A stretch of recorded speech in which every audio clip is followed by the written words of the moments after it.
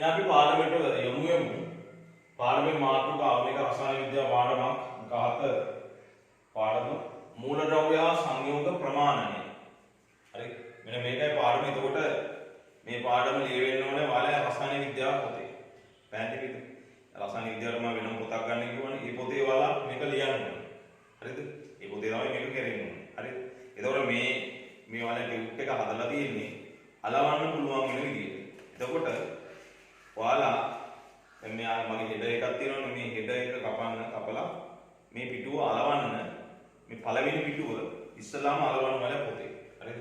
පොතේ අලවලා ඊට පස්සේ මම ටික කියන්නම්. දැන් මම මේ පළවෙනි ටික මම ඔයාලට පැහැදිලි කරන්න. දැන් මේ පළවෙනි පිටුවේ තියෙන ටික. හරි? එතකොට පුතේ මෙන්න මේකයි කතාව. ඔයාලට කඩේට ගිහලා පහන් ගෙඩියක් ගන්න පුළුවන්. හරි? නැත්නම් පාන් පිටි කිලෝ එකක් ගන්න පුළුවන්. හරිද? එතකොට ඔයාලට මේ වගේ වෙලාවකදී ඒ අදාළ ද්‍රව්‍ය ස්කන්ධය මැන ගන්න පුළුවන්. නේද? ඔයාලට මාළු කඩේට ගිහිල්ලා තලපත් කිලෝ එකක් ගන්න පුළුවන්. කිලෝ එකක් ගන්න පුළුවන් වෙන්නේ හරිද? තලපත් කිලෝ එක අර තරාදියෙන් මැන ගන්න පුළුවන් වෙන හින්දා. සාමාන්‍යයෙන් පාන් රාත්තලක බර පුතේ ග්‍රෑම් 450ක් විතර. ඒතර පාන් රාත්තලක ඔයාලට බර බලන්න, ස්කන්ධය බලන්න උනොත් එහෙම හරිද? ස්කන්ධය බලන්න උනොත් එහෙම ඔයාලට පුළුවන් මේක තරාදියක තියලා බලන්න මෙයාගේ ස්කන්ධය. ගොඩාක් වෙලාවට ග්‍රෑම් 450ක් වගේ තමයි ඉන්නේ. නමුත් පුතේ ඔයාලට පුළුවන්ද පදාර්ථය හැදිලා තියෙන කුඩාම ඒකකය වන පරමාණුක ස්කන්ධයමයි ඉන්න තරාදියකින් පුළුවන්ද? බෑ. ඇත්තටම බෑ. හරි. හිතන්නකො අපි මෙන්න කියන. හරි. මොනවාරි වැඩක් කරලා මොනවාරි දාන් ගැටයක් දාලා හරිද? පරමාණුක ස්කන්ධය මෙන්න කියලා හිතන්න. ඔයාලා මයින්ව හයිඩ්‍රජන් පරමාණුක ස්කන්ධයකට දෙක. හයිඩ්‍රජන් පරමාණුක ඔයාලා ස්කන්ධය මෙන්නාන් පස්සේ පුතේ ඒකේ අගය විදියට එන්නේ 1.674 වැඩි කිරීම 10 ඍණ 24. බලන්න දාර්ශ කියනවා ඍණ 24. හරිද? එතකොට බලන්න මේක කොච්චර පොඩිද කියලා. අපි ඒකේ අගය ලිව්වොත් එහෙම 0.0.0.0.0.0.0.0.0.0.0.0.0.0.0.0.0.0 ඊට නැති හින්දා මම මෙතන ලිව්වේ 0.0.0.0.0.0.1.6.4. හරි? ඒ කියන්නේ දශමදිතේ මෙහාට 0.20ක් එනවා. හරි? ඒ කියන්නේ කොච්චර පොඩි අගයක්ද? ඉතින් මේ අගය අපිට මයින්න බෑ පුතේ. පැහැදිලිද?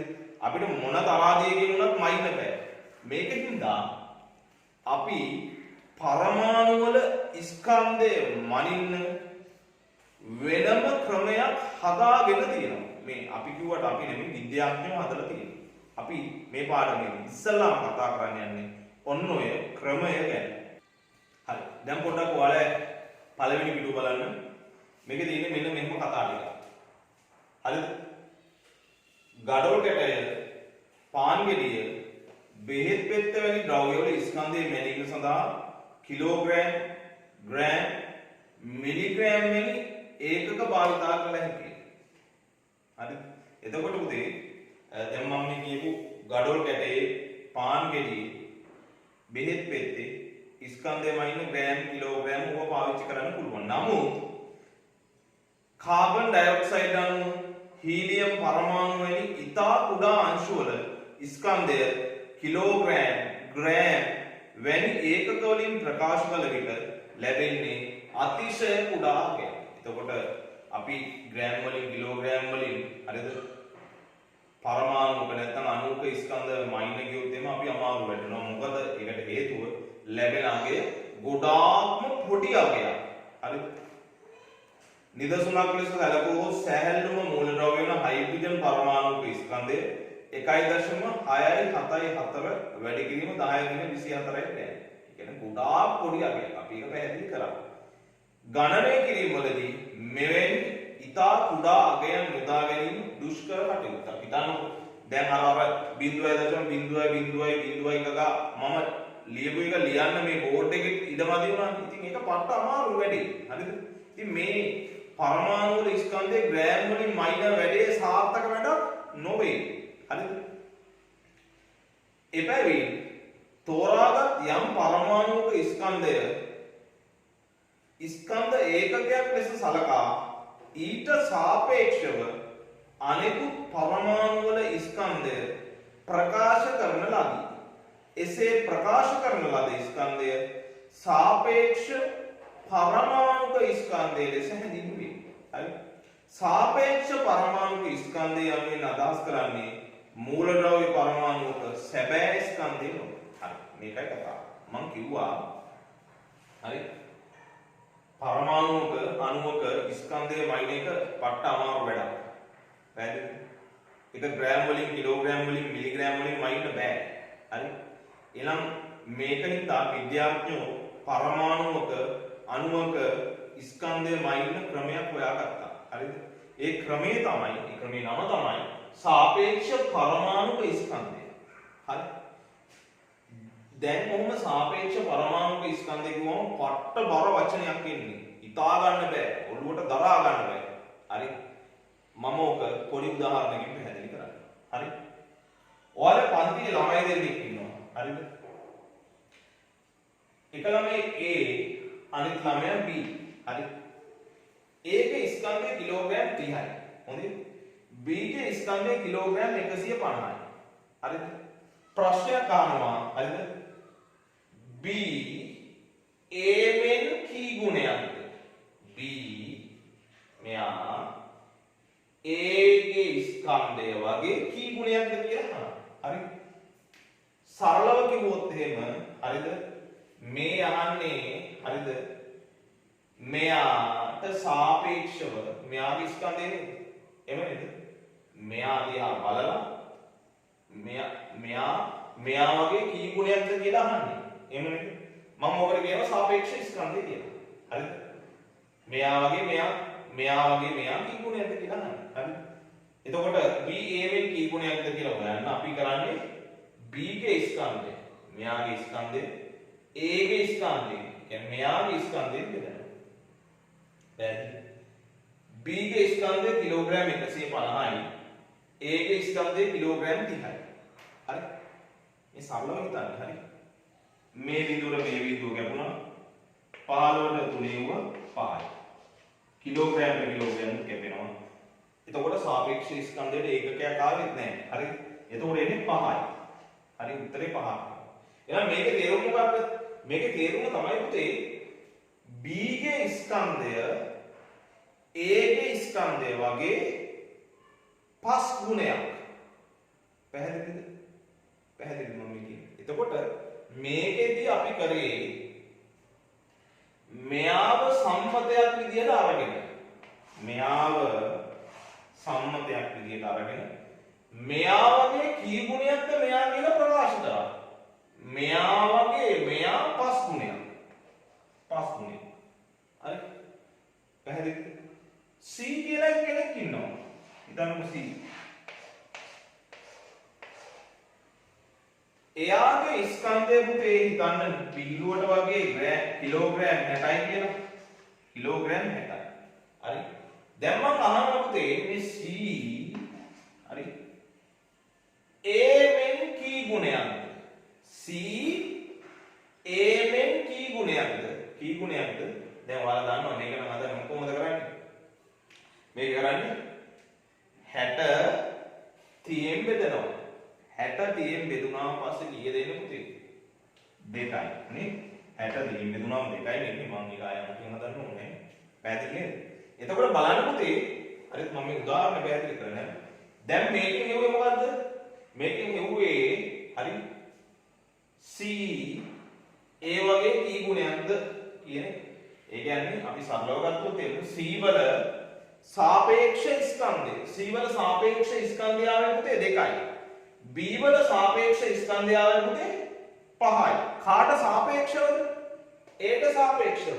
මෙයා සම්මතයක් විදිහට අරගෙන මෙයා වගේ කී ගුණයක්ද මෙයා කියලා බලමු. මෙයා වගේ කී ගුණයක්ද මෙයා කියලා බලමු. හරි? ඔය සාපේක්ෂ ස්කන්ධය බලන්න.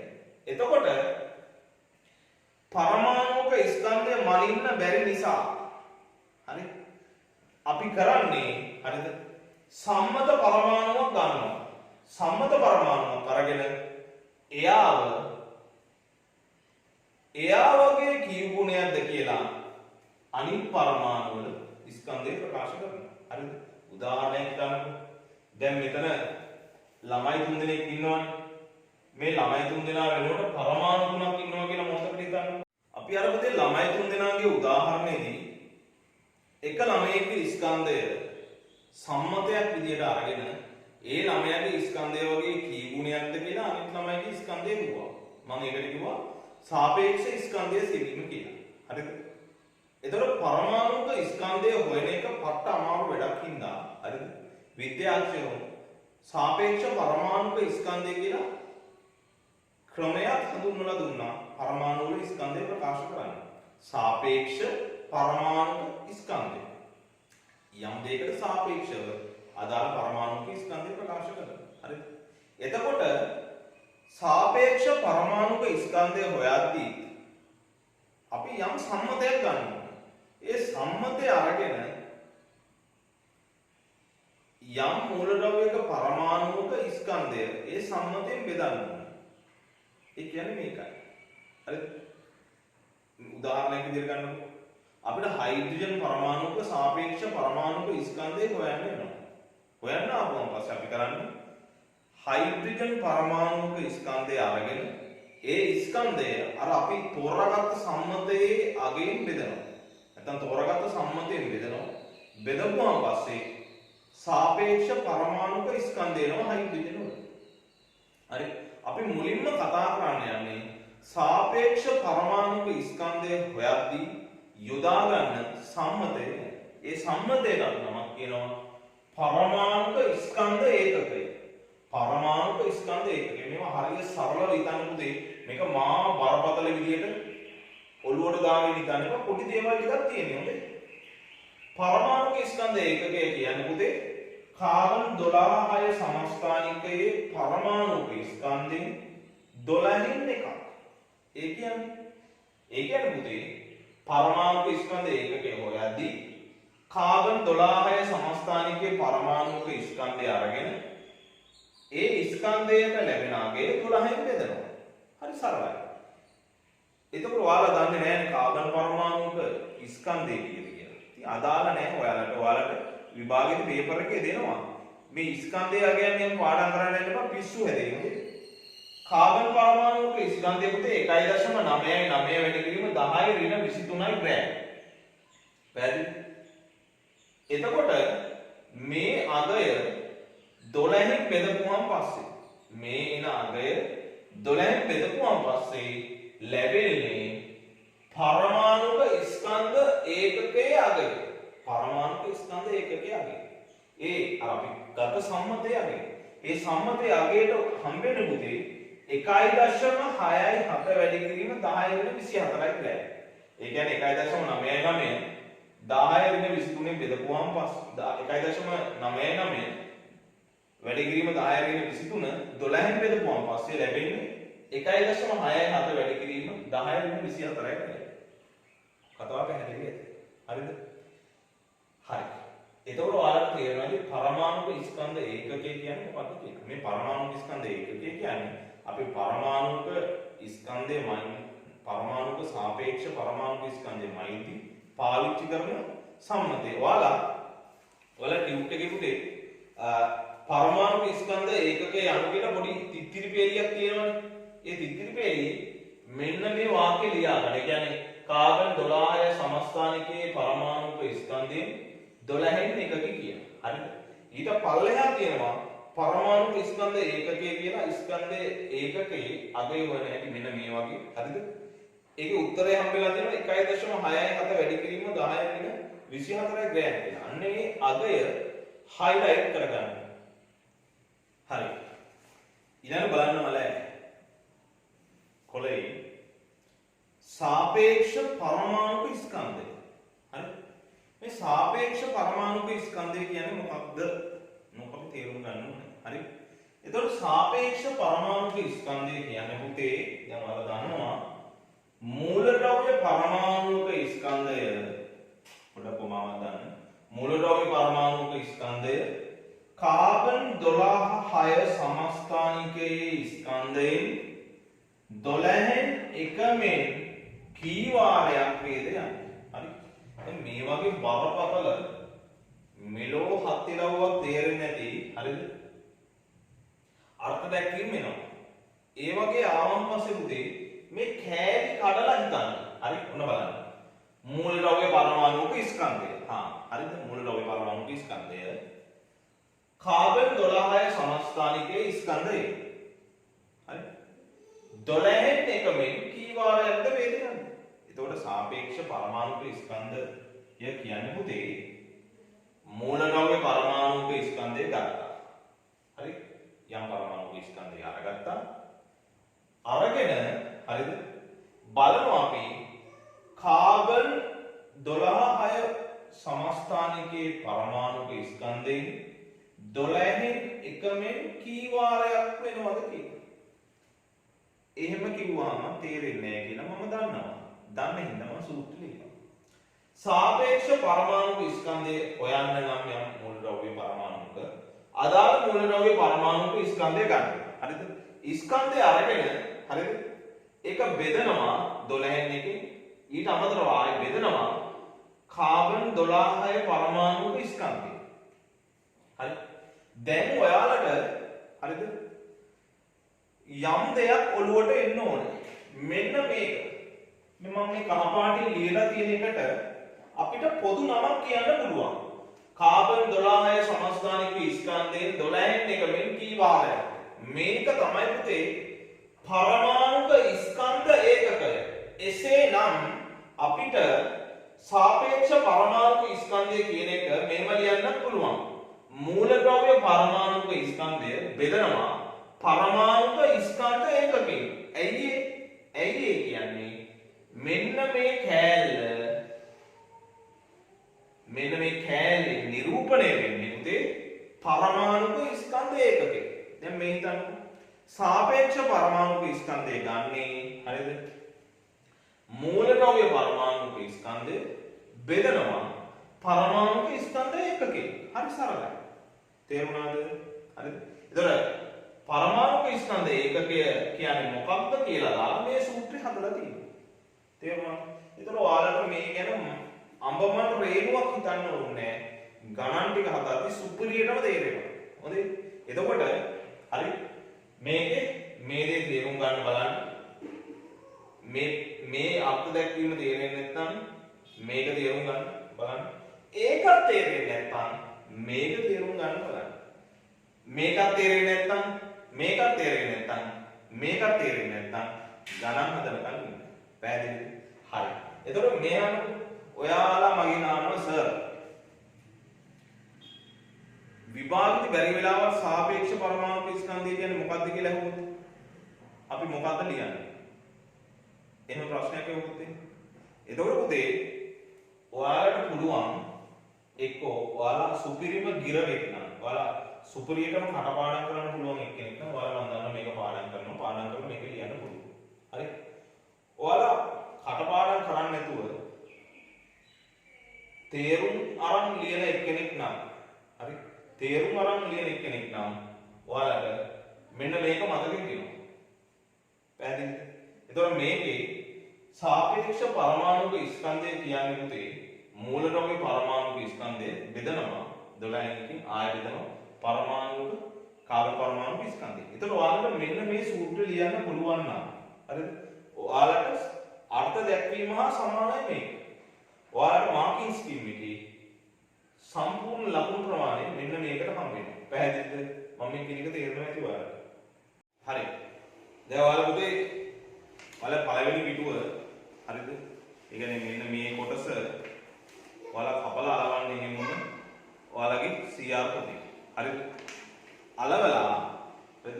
දැන් මේකේ මේ යටම තියෙනවනේ සාපේක්ෂ පරමාණුක ස්කන්ධය යනු කියලා අර්ථ දැක්වීමක් ලියන්න තිතිරි පේජයක්. ඒතර ඔයාලා මේක ලියන්න.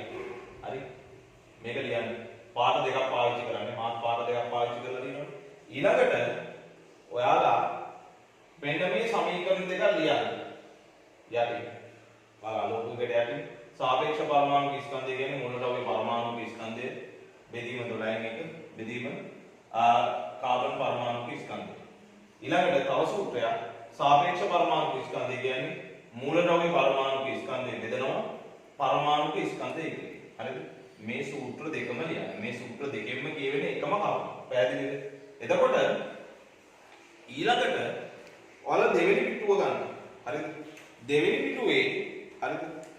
මෙන්න මේ මෙතන ඇති පොඩි මේ කතුරක් වගේ එකක්. හරි? ඒ කතුරක් වගේ එකකින් කියන්නේ මෙහෙම දිගට කපන්න කියලා. ඔයාලා කපලා හරිද? මෙන්න මේ කොටස අලවන්න. මෙතන කතුර ළඟින් මෙහෙම කපලා ඒ කොටස ඊළඟට අලවන්න. පැහැදිලිද? හරි නේද? හරි. දැන් ඔයාලා බලන්න මේ අලවපු එකේ ඒකේ සාපේක්ෂ පරමාණුක ස්කන්ධයේ සූත්‍රය දීලා තියෙනවා. උලක් නේ අපි ලිව්වනේ. මූලද්‍රව්‍ය පරමාණුක ස්කන්ධයේ බෙදීම 12න් 1 බෙදීම කාබන් පරමාණුක ස්කන්ධයේ ඊළඟට දීලා තියෙනවා. සාපේක්ෂ පරමාණුක ස්කන්ධයේ ඒකකයක් නොමැත. අන්න ඒක highlight කරගන්න වැදගත්. සාපේක්ෂ පරමාණුක ස්කන්ධයේ පුතේ ඒකකයක් නැහැ. ඒකකයක් නැත්තේ ඇයි කියලා අපි මේ ගාන හදද්දී බලමු. බලන්න. ඊළඟට දීලා තියෙනවා උදාහරණයේ විදිහට ගාන ඔක්සිජන් පරමාණුක සැබෑ ස්කන්ධය 2.66 වැඩි කිරීම 10^23 ග්‍රෑම් වේ. හරිද? කාබන් පරමාණුක සැබෑ ස්කන්ධය 1.99 වැඩි කිරීම 10^23 ග්‍රෑම් වේ. ඔක්සිජනයේ සාපේක්ෂ පරමාණුක ස්කන්ධය. හරි. දැන් අපිට ගානක් දීලා තියෙනවා මේ වගේ ගණන් තමයි පුතේ විභාගෙට එන්නේ. එතකොට ඔක්සිජන් වල සාපේක්ෂ පරමාණුක ස්කන්ධය දැන් හොයන්න කියලා තියෙනවා. දැන් මේ ගාන හදන විදිහ හොඳයි. ඔයාලා මේ වගේ ගානක් ආපුවම පස්සේ කියන ඕනෑම ගානක් ආපුවම පස්සේ පුතේ අනිවාර්යෙන්ම ඉස්සල්ලාම ඒ ගානට අදාළ වෙන සමීකරණය ලියන්න ඕනේ. මේ ලියනකොට පුතේ වෙනම ලකුණක් හම්බ වෙනවා ඔයාලට විභාගෙට.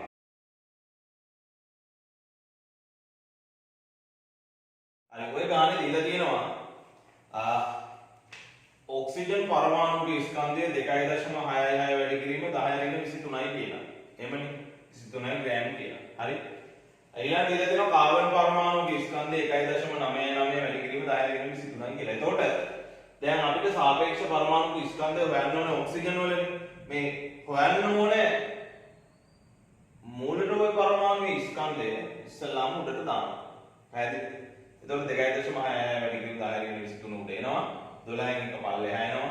1.99 වැඩි කිරීම 10^23 ග්‍රෑම්. ඒ කාබන් පරමාණු ස්කන්ධය එනවා. හරිද? එතකොට මේවා ඔයාලට පාඩම් කරන්න ඕනේ නැහැ. මේවා අනිවාර්යයෙන් විභාගෙදි දෙනවා. පැහැදිලිද? හරි. දැන් මේක සුළු කරගන්න ඕනේ.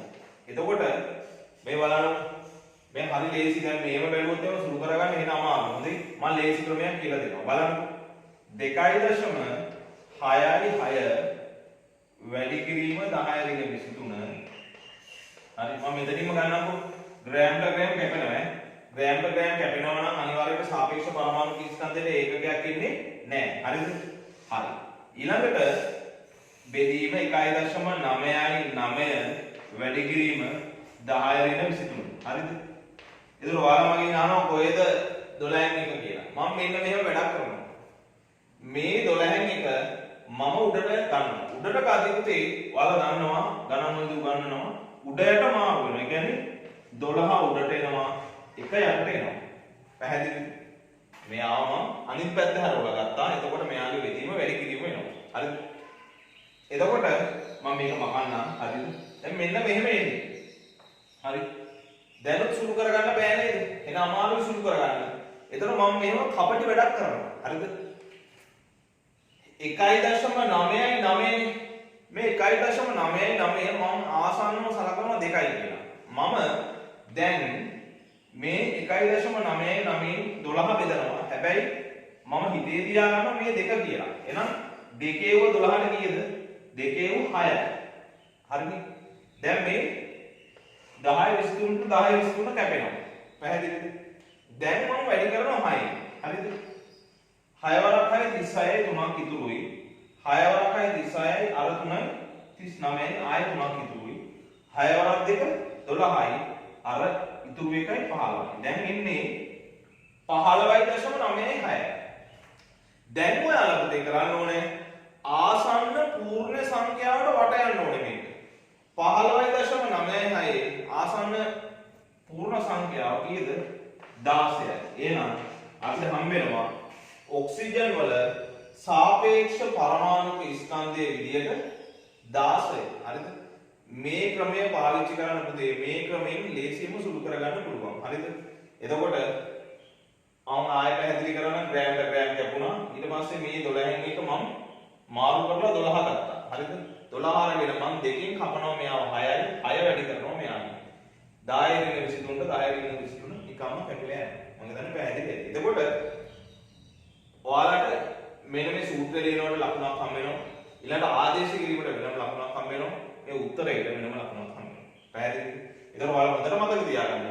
මේ ආසන්න පූර්ණ සංඛ්‍යාවට මෙයා වටයපුවාම තමයි උත්තරේ එන්නේ. පැහැදිලිද? හරි.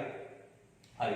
ඒතර ඔයාලා දැන් තරුවක් දාලා පල්ලෙහෙන් මම මේ කියන වාක්‍ය ලියා ගන්න. මෙහිදී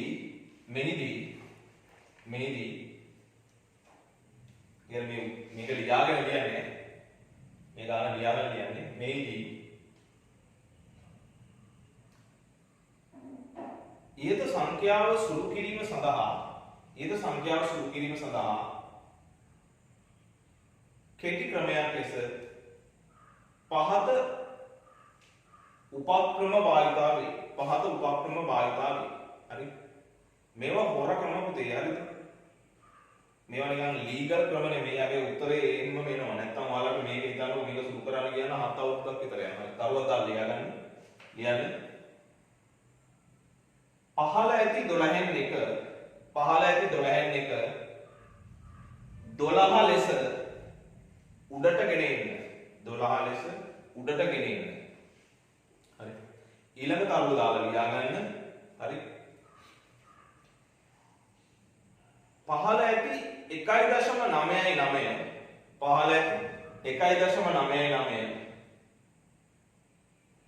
දෙකට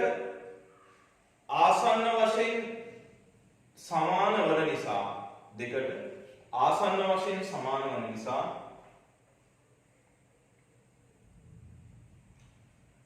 හරි. ඉහළ පවතින 12 දෙකෙන් බෙදනු ලැබේ. ඒකට කියන්නේ එසේ බෙදීමෙන්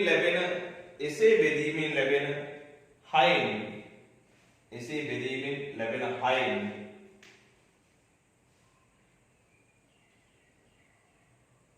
2.66 ගුණ කිරීම සිදු වේ. හරි. ඊළඟ එක විදිහට ලියන්න පාඩම මාරු කරන්න. ලැබෙන පිළිතුර ආසන්න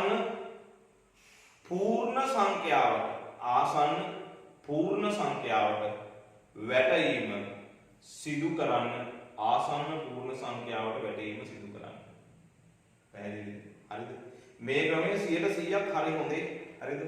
ඔයාලා දන්නවද මේ රසායන විද්‍යාව පේපර් එකේ මේ රසායන විද්‍යාව පාර්ට් එක හදන ප්‍රොෆෙසර් අපේ කැලණිය විශ්වවිද්‍යාලයේ. හරිද?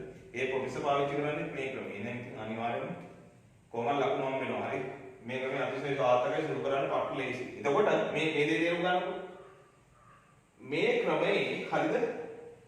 මෙන්න මේක විතරයි නේද ඕනෑම එකකදී වෙනස් වෙන්නේ. නේද? ඒ කියන්නේ මේ 10 රින් 23ක් වෙනවා. මෙන්න මේ සංඛ්‍යාව විතරයි වෙනස් වෙන්නේ. ඒ කියන්නේ 2.66 කියන සංඛ්‍යාව වෙනස් වෙනවා.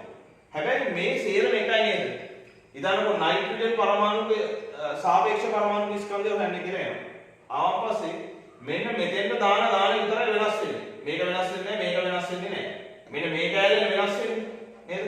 එතකොට ඔයාලට බලන්න මෙන්න මේ ටික මොන ගානක් ආවත් එනවනේ.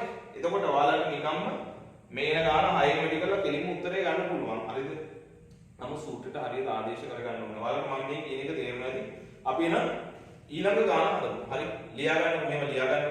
මෙන්න මේ ගාන ලියා ගන්න ඔයාලා දැන් පොතේ. හරි? ඔයාලා කලින් එකට උත්තරේ ලියා ගන්න තමයි මේ ගාන ලියන්න ඕනේ. හරිද? ලියා ගන්න අංක දෙක දාලා දෙවෙනි ගාන ලියා ගන්න. පළවෙනි ගාන මම අර කපලා අරනවා දුන්නන්නේ. දෙවෙනි ගාන ලියන්න. පොටෑසියම් පරමාණුක ස්කන්ධය 6.476 6.476 ග්‍රෑම් වේ. 10 වෙන 23යි ග්‍රෑම් වේ. හරි.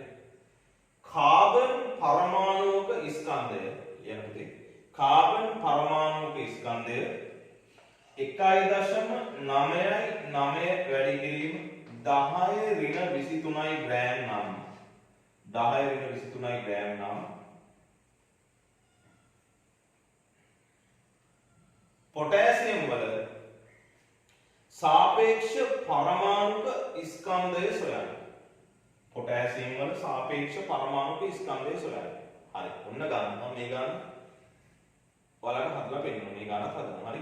මේකද කරන්නේ මොකද්ද ඉස්සල්ලාම අපි පළවෙනි ලකුණ දානවා සාපේක්ෂ පරමාණු ස්කන්ධය සමානයි මූලද්‍රව්‍ය පරමාණු ස්කන්ධය බෙදීම 12 බෙදීම කාබන් පරමාණු ස්කන්ධය කියන එක. මේක ලියපු ගමන් ඔයාලට ලකුණක් හම්බ වෙනවා. දැන් මොකද කරන්නේ? දැන් සූත්‍රයට ආදේශ කරනවා. හරි. පොටෑසියම් වල ස්කන්ධය කිව්වේ 6.4යි 7යි 6 වැඩි කිරීම 10-23. ඔන්න ඒක හරි. හොඳයි. ඊළඟට අපි අර පොදු එක ලියනවානේ. කොයි ගාන ඇරුවත් මේක 12න් එක එනවා. ඊළඟට කාබන් පරමාණුක ස්කන්ධය 1.999 වැඩි කිරීම 10-23. හරි.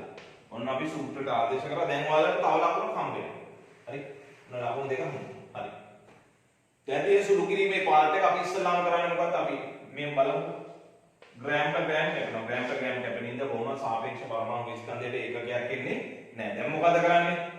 දැන් ඔන්න මම මේවත් කරන්නේ මෙයාට මෙයා කොහොමද කැපෙනවනේ? 10-23 10-23 කැපෙනවා. හරි.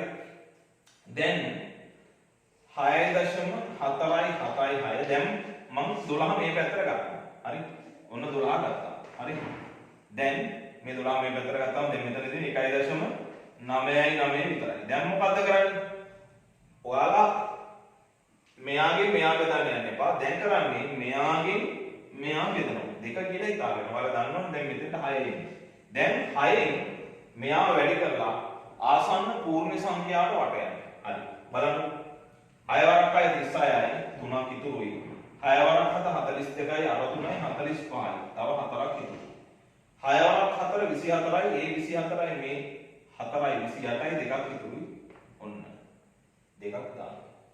6 වරක් 6 36යි අර ඉතුරු දෙකයි 38යි. හරි. 38.8යි 5යි 6යි. මෙයා ආසන්න පූර්ණ සංඛ්‍යාවට වට යපුවාම පස්සේ උත්තරය එන්නේ 39යි. හරි. ඔන්න උත්තරය ආවා. හරි. මේ මම හැදුවේ පුතේ ඔයාලා අච්චු පුතේ හරිද? විසඳු අභ්‍යාසවල තියෙන ගානක්. හරිද? හරිද? මම ඒක ගත්තේ මම මේ හදන ක්‍රමයේ සාර්ථකයි කියලා පෙන්නන්න. බලන්න ඒකේ කෙලින්ම 39 කියලා අරගෙන තියෙනවා දශම සංඛ්‍යා එකක්වත් එන්නේ නැතුව. එහෙම දශම සංඛ්‍යා එකක්වත් එන්නේ නැතුව ඉන්නේ නෑ. එන්න ඕනේ. හරිද? නමුත් එයාලා මේ ක්‍රමයේ තමයි පාවිච්චි කරලා තියෙන්නේ. වෙනසක් තියෙන්නේ මෙන්න මේක එයාලා පෙන්නලා නැහැ. ඉතින් ඔයාලා පේපර් එකේ ගාන හදද්දී පුතේ නියම උත්තරේ විතරක් දාන්න ආසන්න පූර්ණ සංඛ්‍යාවට වට වෙනවා. කෙලින්ම 39 දාපුවම ඔයාලා හදලා තියෙන්නේ කොහොමද කියලා හොයාගන්න බෑ. පැහැදිලි ඇති මම මේ කියන එක. හරි. මේ ගානත් එහෙනම් ඔයාලා ලියා ගන්න පිළිවෙලට අපි තව ගානක් කතා කරමු. හරි ඊළඟ ගාන ලියා ගන්න. සෝඩියම් පරමාණුක ස්කන්ධය සෝඩියම් පරමාණුක ස්කන්ධය 3.819 3.819 වැඩි කිරීම 10-23යි ග්‍රෑම් වේ. 10-23යි ග්‍රෑම් වේ. හරි. කාබන් පරමාණුක ස්කන්ධය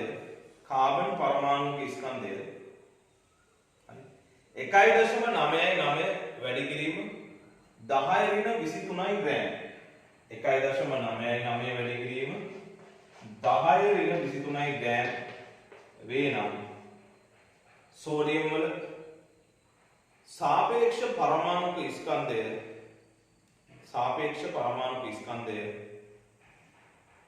හරි සොයන්න හරි. ඔයාලා තනියම ඔය ගාන හදන්න වීඩියෝ එක ස්ටොප් කරලා හරි. එහෙනම් අපි බලමු. හරි. මේක හරි ලේසි. හරි.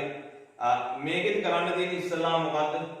සෝඩියම් පරමාණුවේ ස්කන්ධය දාන එක. එමුනේ ඉස්සල්ලාම තියෙන පුතේ සෝඩියම් පරමාණුවේ ස්කන්ධය දාන එක. සෝඩියම් පරමාණුවේ ස්කන්ධය කීයද කියන්නේ?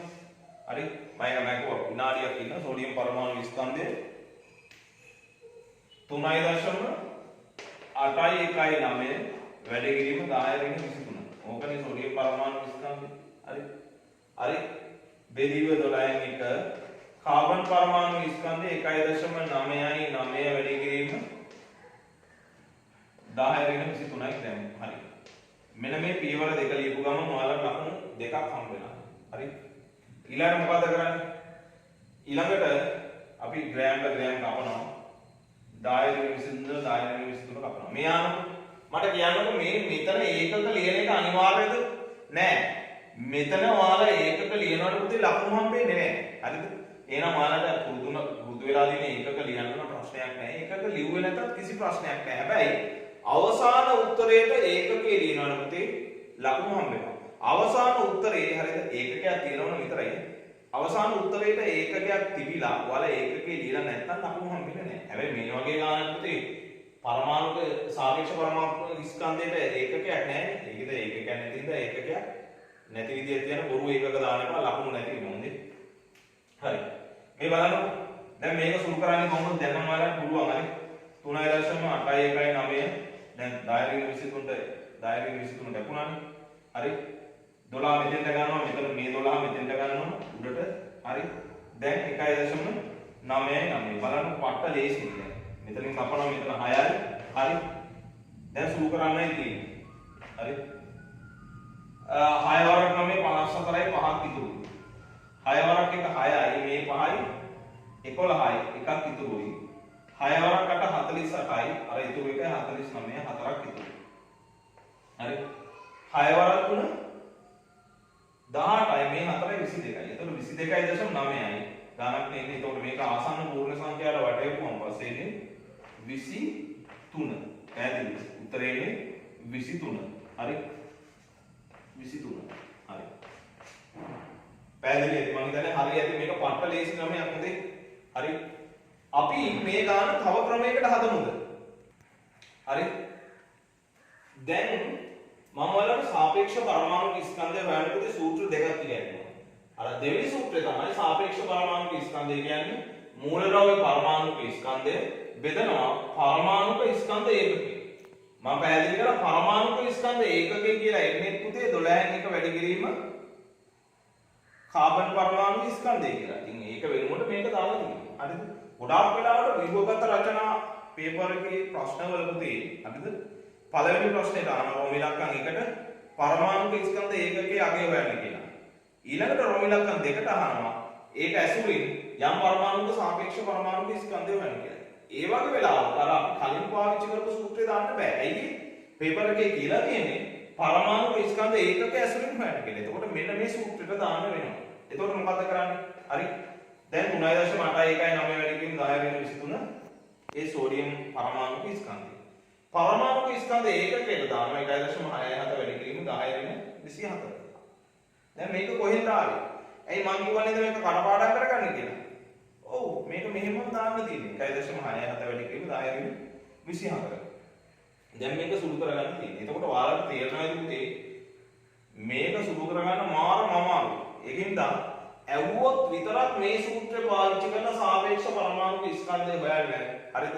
නැත්නම් අර අපි දැන් හදපු සූත්‍රය පාවිච්චි කරලා හදන්න ඒක ලේසි. ඒක සුළු කරගන්න ලේසි. මේක එනවා අමාරුයි. හරිද? දැන් අපි බලමු. අපි බැලුවොත් එහෙම මෙයාගෙන් මෙයා බෙදනවා. මෙයාගෙන් මෙයා බෙදුවොත් එන්නේ ආසන්න වශයෙන් 2.3ක් වගේ. හරිද? ඔයාලා නිකුත් සුළු කරලා බලන්න. හරිද? මේ 2.3 එනවා. ඊළඟට මෙතන 10 ඍණ 23ක් එනවා. මෙතන පල්ලෙහාට තියෙන්නේ 10 ඍණ 24. එතකොට දර්ශක සුළු කිරීමේදී ඔයාලා දන්නවා 10 ඍණ 23 මෙයා උඩට එද්දි ධන වෙනවා නේද? ධන 24. නේද? මෙයා උඩ දෙද්දි මෙයාගේ දර්ශකයේ ඍණ 24 තියෙන එක ධන 24 වෙනවා. එතකොට ඍණ 23 ධන 24ක් එකතු වුණාම පස්සේ එන්නේ 2.3 වැඩි කිරීම 10. 2.3 10න් වැඩි වුණාම පස්සේ එන්නේ 23ක්. හරි. අයිතර පැහැදිලි ඇති ඔයාලට. තේරුණාද? එතකොට මේ ක්‍රමය පාවිච්චි කරන්න කියලා තිබ්බොත් විතරයි. හරි? ඔයාලා එහෙමත් නැත්නම් හරි අර අනිත් සූත්‍රය පාවිච්චි කරලා බොහොම සරල විදිහට උත්තරේ ගන්න. හරි. අද දවසේ අන්තිම ගාන. හරි. ලියා ගන්න මේ ගාන. x නැමැති මූලද්‍රව්‍යයක පරමාණුක ස්කන්ධය x නැමැති මූලද්‍රව්‍යයක පරමාණුක ස්කන්ධය 3.34 වැඩි කිරීම 10 දින 23යි ග්‍රෑම් v. Gram v. ක්‍රම දෙකම ඇසුරින් xc සාපේක්ෂ පරමාණුක ස්කන්ධය සොයන්න. මම පිටින් ලිව්වා සාපේක්ෂ පරමාණුක ස්කන්ධය සොයන්න. හරි. බෝඩ් එකේ මම ලියලා තියෙනවා. හරි. අය මම කියන්නේ x නැමැති මූලද්‍රව්‍යයක පරමාණුක ස්කන්ධය 3.34 වැඩි කිරීම 10 වෙන 23යි ග්‍රෑම් වේ. ක්‍රම දෙකටම නැත්නම් ක්‍රම දෙකම ඇසුරින් xc සාපේක්ෂ පරමාණුක ස්කන්ධය සොයන්න. හරි. ඔයාලට දැන් මම ක්‍රම දෙකක් කියලා දුන්නා. පළවෙනි ක්‍රමයේ අපි මේ ක්‍රමයේ මේ රසායනික සූත්‍රය පාවිච්චි කරලා හතර ක්‍රමයේ සාපේක්ෂ පරමාණුක ස්කන්ධය සමානයි මූලද්‍රව්‍ය පරමාණු ස්කන්ධය බෙදීම 12. බෙදීම 12න් එක කාබන් 12 සමස්ථානිකයේ පරමාණුක ස්කන්ධය. මේ ක්‍රමයෙන් තමයි ඉස්සල්ලාම හදන්නේ. දෙවෙනි ක්‍රමයේ තමයි සාපේක්ෂ පරමාණුක ස්කන්ධය වෙනවා මූලද්‍රව්‍ය පරමාණු ස්කන්ධය මොකක්ද? පරමාණුක ස්කන්ධ ඒකකයෙන් බෙදලා. හරි. ඔය ක්‍රම දෙකෙන්ම ඔයාලා ගාන හදන්න වීඩියෝ එක ස්ටොප් කරලා. හරි. අපි පළවෙනි ක්‍රමයේ බලමු.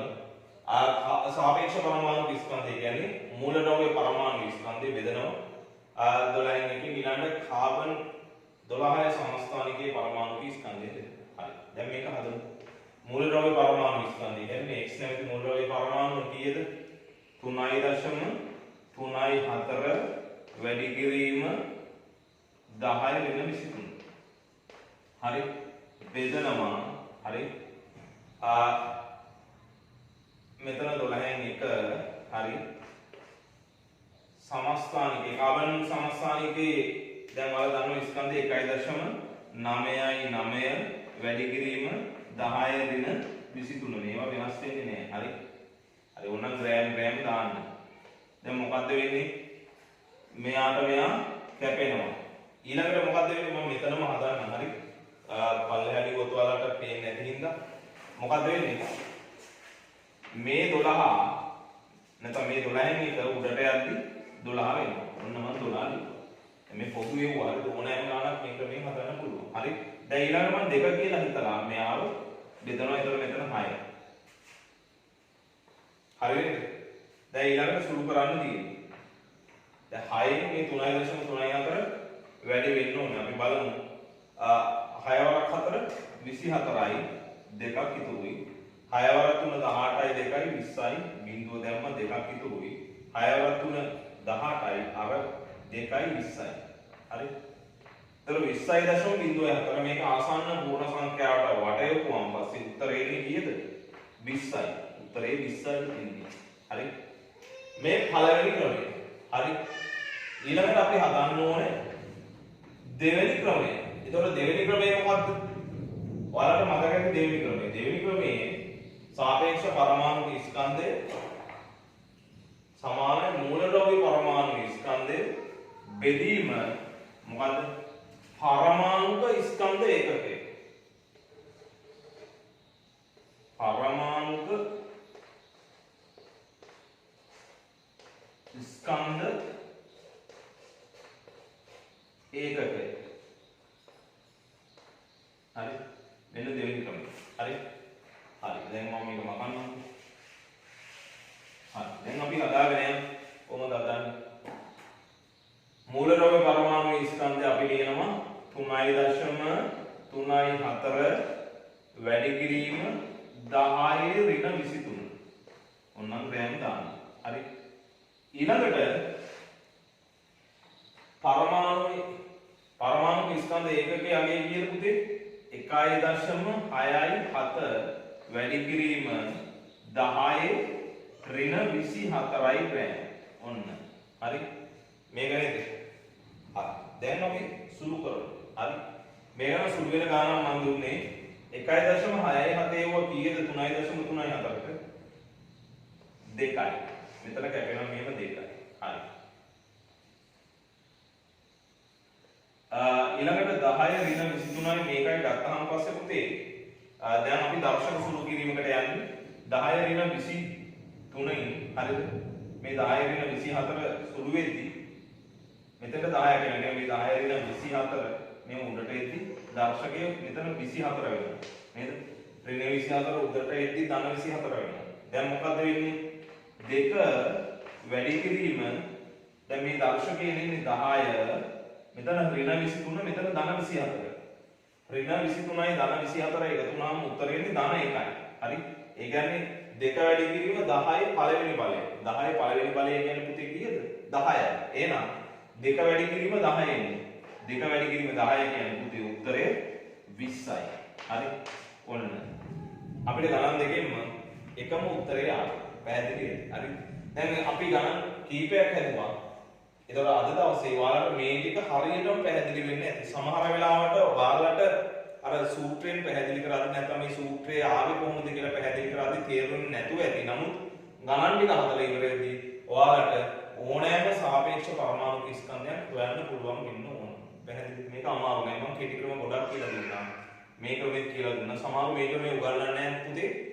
ඒ කියන්නේ පරමාණු ස්කන්ධ ඒකකේ දාලා හදන එක. නමුත් විභාගෙට එනවා. හොඳට මතක තියාගන්න. විභාගෙට එනවා. පැහැදිලිද? හැබැයි විභාගෙට આવොත් මේ වගේ සුළු වෙන ගණනක් දෙන්නේ හරි.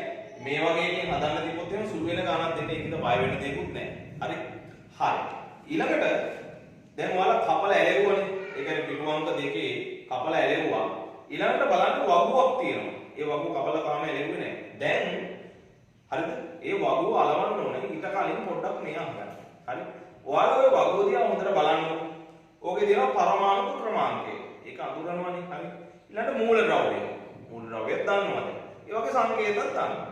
කිසි ප්‍රශ්නයක් නැහැ. මේව පාඩම් වෙලා තියෙන්න ඕනේ. මොකද ඔයාලා 10 වසරේ තුන්වෙනි පාඩමේදී මේ ටික සුපිරියටම වෙලා තියෙන්න ඕනේ. මොකද 10 වසරේ තුන්වෙනි පාඩම තමයි රසායන විද්‍යාවේ මූලික පදනම. හරිද? ඒ 10 වසරේ තුන්වෙනි පාඩම භාගයට අටවලා තේරුම් ගත්තා නම් ඔයාලට රසායන විද්‍යාව ප්‍රති බැරුව වෙනවා. ඒකින්ද මම ඒක දන්නවා. ඒකින්ද තමයි මම කොහොමද ඔයාලට පළවෙනි වාරේ පාඩම් එකත් ආයෙ කරන්නේ. හොඳේ?